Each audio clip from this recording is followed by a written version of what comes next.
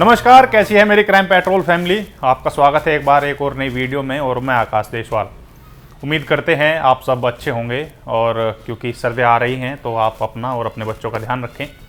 देखो, अगर मुंबई का जिक्र करते हैं तो आज के समय में तो मुंबई वैसे फिल्मों के लिए जाना जाता है, लेकिन अगर 1980-70 के दशक की बात करें तो उस समय मुंबई में अंडरवर्ल्ड अपनी चरम सीमा पर था। अब उन मुंबई अंडरवर्ल्ड से जुड़े बहुत से ऐसे लोग हैं, छोटे मोटे डॉन हैं जो मुंबई अंडरवर्ल्ड में या मुंबई में खासा फ़र्क डालते हैं और इनकी स्टोरी इतनी ज़्यादा है कि शायद कभी ख़त्म ही ना हो। और उन्हीं सब की स्टोरी हम धीरे धीरे करके आप लोगों के सामने ला भी रहे हैं और आप उन्हें अच्छा खासा प्यार भी दे रहे हैं, उन्हें खूब पसंद कर रहे हैं।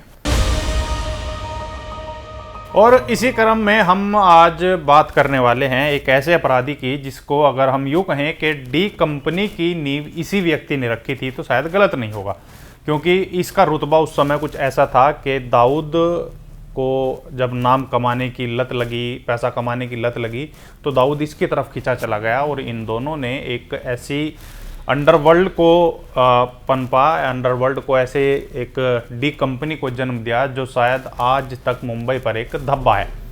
खैर, इसकी शुरुआत करने से पहले हम आपको बता दें कि हम किसी भी तरीके के क्राइम को सपोर्ट नहीं करते। हम सिर्फ ये जितनी भी तमाम वीडियो हैं इन सब को सिर्फ एज ए नॉलेज, आपकी जानकारी के लिए हम आपको बताते हैं, आप तक इनकी जानकारियाँ पहुँचाते हैं। आज जिस अपराधी का जिक्र हम करने वाले हैं वो एक दर्जी हुआ करता था। मुंबई के चैम्बूर में दर्जी की दुकान थी, उसकी कपड़े सिलकर अपना गुजारा किया करता था, अपना परिवार चलाया करता था। इसका नाम था राजन महादेव नायर।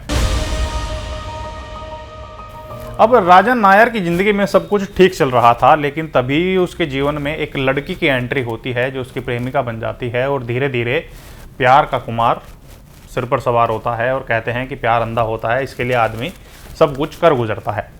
अब जब इन दोनों की लव स्टोरी चल रही थी तो लड़की की डिमांड धीरे धीरे बढ़ती है और लड़की का जन्मदिन आता है तो उस पर वो सोचता है कि क्यों ना लड़की को एक अच्छा सा तोहफा दिया जाए। अब क्योंकि उसके पास सिर्फ इतना ही था जो वो दर्जी की दुकान से कमा रहा था कि उसका सिर्फ गुजर बरस हो सके, वो उसकी डिमांड पूरी ना कर पाए, तो इसलिए उसने चोरी करना बेहतर समझा और उस समय उसने चोरी की टाइपराइटर की। मुंबई में उस समय टाइपराइटर अच्छी खासी कीमत में बिका करते थे, उनकी वो काफ़ी डिमांड में भी थे, तो उसने वो चोरी की। हालांकि ये काम उसके लिए नया था तो वो पकड़ा भी जाता है और उसे 3 साल की सज़ा हो जाती है। अब जब वो 3 साल की सज़ा काटने के बाद बाहर आता है तो बाहर आने के बाद वो जुर्म का रास्ता नहीं छोड़ता, वो अपराध की ऐसी दलदल में फंसता है कि वो एक अपना गैंग बना लेता है और उस गैंग का नाम रखता है गोल्डन गैंग। अब ये गैंग बनाने के बाद जहां राजन नायर छोटी मोटी चोरियां किया करता था तो वो अब छोटे मोटे अपराध करने लगता है, लोगों से उगाही करना शुरू कर देता है, उनके साथ मारपीट करना शुरू कर देता है। अब 80 के दशक में एक तरफ दाऊद भी अपना नाम और रुतबा बड़ा करना चाहता था, वो अंडरवर्ल्ड में एक बड़ा डॉन बनना चाहता था और उसे ज़रूरत थी राजन नायर जैसे डेयरिंग आदमी की, तो वो उसकी तरफ हाथ बढ़ाता है। अब ये दोस्ती का हाथ राजन नायर थाम लेता है क्योंकि दोनों को रुतबा, पैसा, ये सारी चीज़ें चाहिए थी, दोनों के सपने बड़े थे, दोनों को आपराधिक दुनिया में जाना उस समय अच्छा लगता था। या फिर यूँ कहें कि उनके सामने कुछ खास करके राजन नायर के कि इनके सामने कुछ ऐसी चीज़ें रहीं कि अपराध की दुनिया में निकलते चले गए। अब इसके बाद जब इसने दाऊद के साथ हाथ मिलाया तो इसने बड़े अपराध करना शुरू कर दिया और सबसे अहम धंधा बनाया स्मगलिंग का।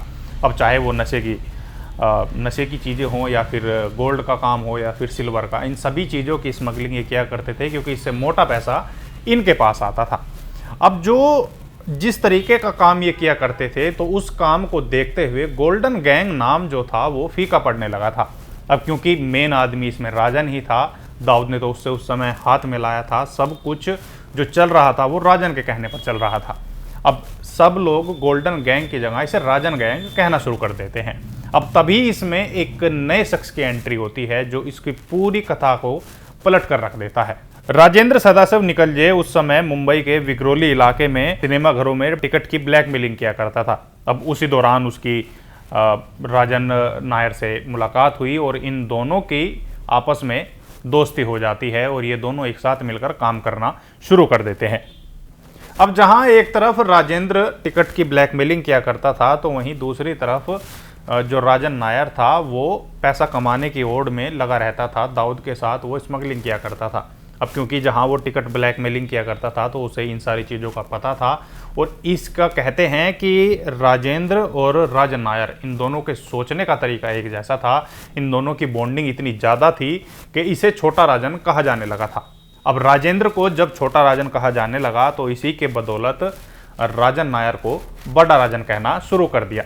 अब यहीं से ये वो टाइम था जब एक बड़ा राजन और एक छोटा राजन दोनों आपस में मिलकर साथ काम किया करते थे, और इन दोनों को जो साथ बांध कर रखने वाला था वो था दाऊद। अब जब छोटा राजन यानी कि राजेंद्र सदाशिव निकलजे इनके साथ मिला तो वो अच्छे खासे बिल्डरों को जाना करता था, तो जिसकी बदौलत बड़ा राजन ने उन सभी बिल्डरों से उगाही करना शुरू कर दिया और बदले में उन्हें सुरक्षा देने की बात किया करता था। अब या तो फिर यूं कहें कि उनसे एक्सटॉर्शन मनी लेता था, बदले में उन्हें सुरक्षा दिया करता था। खैर ये तो इन दोनों की बात थी, लेकिन अगर बड़ा राजन की बात करें तो असली कहानी बड़ा राजन की अब शुरू होती है, क्योंकि इस समय मुंबई बंदरगाह पर करीम लाला, हाजी मस्तान जैसे स्मगलरों का दबदबा हुआ करता था। और जिस तरीके से ये दाऊद और बड़ा राजन, छोटा राजन, ये सारे मिलकर जिस तरीके से वहाँ काम किया करते थे, तो अपने काम करने के तरीके से ये इन दोनों को यानी हाजी मस्तान और करीम लाला को कड़ी टक्कर देना शुरू कर देते हैं, खास करके स्मगलिंग के काम में। कहते हैं कि दाऊद वहाँ से स्मगलिंग का माल उठाता था और बड़ा राजन नायर उस स्मगलिंग के माल को चैम्बूर में, खास करके तिलक नगर में, कहते हैं कि तिलक नगर से सारी चीज़ें ऑपरेट हुआ करती थी, चैम्बूर में उस माल को आगे बेच दिया करता था। कुछ दिन तक सब कुछ अच्छा चल रहा होता है, लेकिन तभी इनके गैंग में एक नए शख्स की एंट्री होती है और उस शख्स का नाम होता है अब्दुल कुंजू। अब अब्दुल कुंजू कुछ समय तक इनके गैंग में रहा और उसके बाद बड़ा राजन की गर्लफ्रेंड से शादी कर लेता है। अब इसकी शादी करने के बाद से ही अब्दुल कुंजू और बड़ा राजन की आपस में ठन जाती है और ये दोनों एक दूसरे की जान के प्यासे हो जाते हैं। अब अगर अब्दुल कुंजू की बात करें तो वो एक शार्प शूटर था इनकी कंपनी में, इनके गैंग में। अब जब इन दोनों की आपस में ठन गई तो क्योंकि अब वो इनसे अलग हो गया था इसकी गर्लफ्रेंड से शादी करने के बाद, तो उसे अपनी जान का खतरा बराबर बना हुआ था। तो इसके बाद वो इनका विरोधी गैंग यानी कि करीम लाला का पठान गैंग ज्वाइन कर लेता है। अब यहाँ क्योंकि करीम लाला का गैंग दाऊद और बड़ा राजन के गैंग से पहले ही परेशान था, क्योंकि वो उनका धंधा चौपट कर रहे थे, तो अब अब्दुल कुंजू के साथ करीम लाला मिलकर बड़ा राजन को मारने का प्लान बनाते हैं।